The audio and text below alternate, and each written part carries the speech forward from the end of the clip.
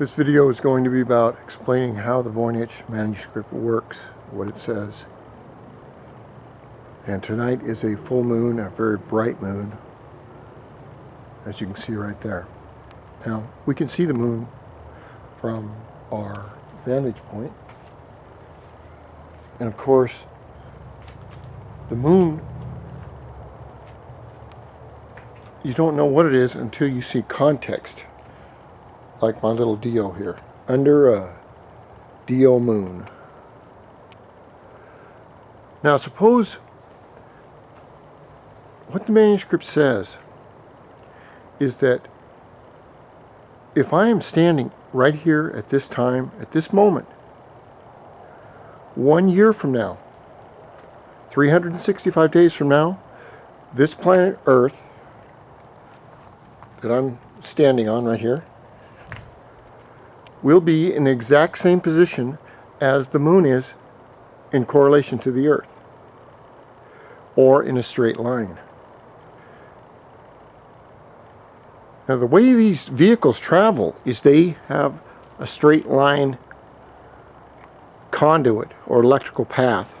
Their only problem is they can go from point A, which is here, to point B instantaneously, but they can't do it through, say, another planet, a sun, an asteroid, or something that's there.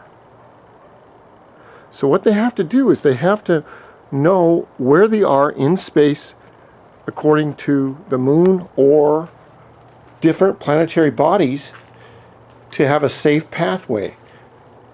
In order to have a safe pathway, it has to be clear. Now these are pages from the Voynich, and they're all in circles, and there is a sun in the center here, and then there's a 365-degree circle. The same thing with this one right here. This shows a planet. The name of the planet is here, and if you look very closely, you'll see graduations, very, very tiny graduations that are around the circle. They show times when it is clear to get to these other stars. These other stars right here with these little women, the way the circle was made, the stars were put in first, because the stars in correlation to the very center dot here are what matter. If I were to make one of these charts up right now and put the moon in it and our Earth in it, I would know exactly a year from now if that moon was in the same position and it was a safe pathway. Now remember, there are 90 billion different planets out there. That is more sand, or more grains of sand, than all the beaches on this entire world. So what we're doing is we're looking at the jet age from before they were jets, right when they had the P-51 Mustangs, and everyone was saying, well, jet won't work. It doesn't have a propeller. Well, what I'm saying is our next travel is to the stars, if we can figure out how these visitors do it. And this is a book from one of them.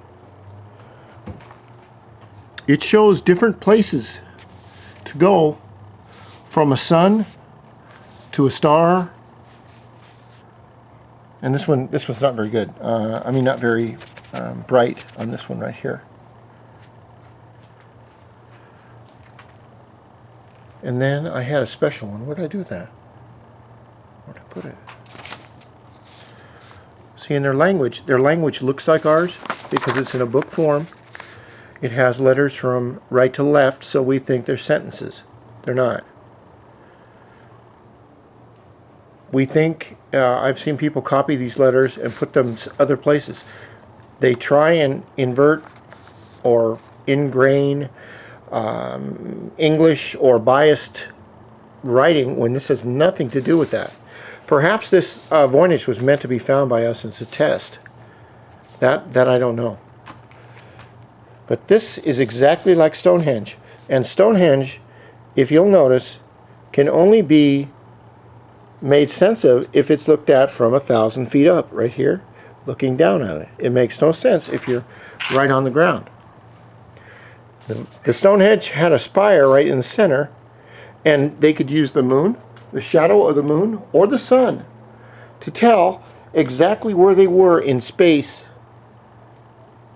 in correlation with the moon and every other planet. Right now, if I took a snapshot of the moon, and if I could see all the rest of the planets everywhere else, 1 year from now, 365 days, it would be exactly the same. I would be in the same position in space. And that's how these visitors travel to us. Now, why they came here is a mystery. It could make a lot of sense because perhaps a missing link will never be found. Perhaps this was an M-type planet, or a planet that could hold life, and life was already here. But these visitors could have seeded this planet with pregnant white women, because they're all pregnant Caucasian women. Now, that's just a theory, who knows? But I believe if we can fully understand the Voynich and the way these craft travel through an electrical aether field, and they make no noise because they don't travel through atmosphere. If they travel through atmosphere, even the swiftest owl, the silentest owl, makes noise because it parts the air.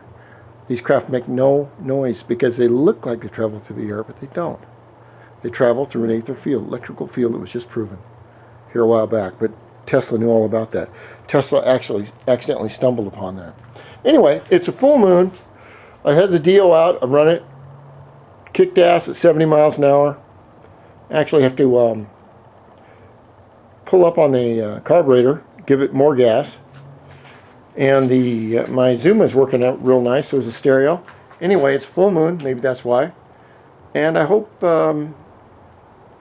we keep getting further on this Voynich manuscript, because it is amazing. Thank you.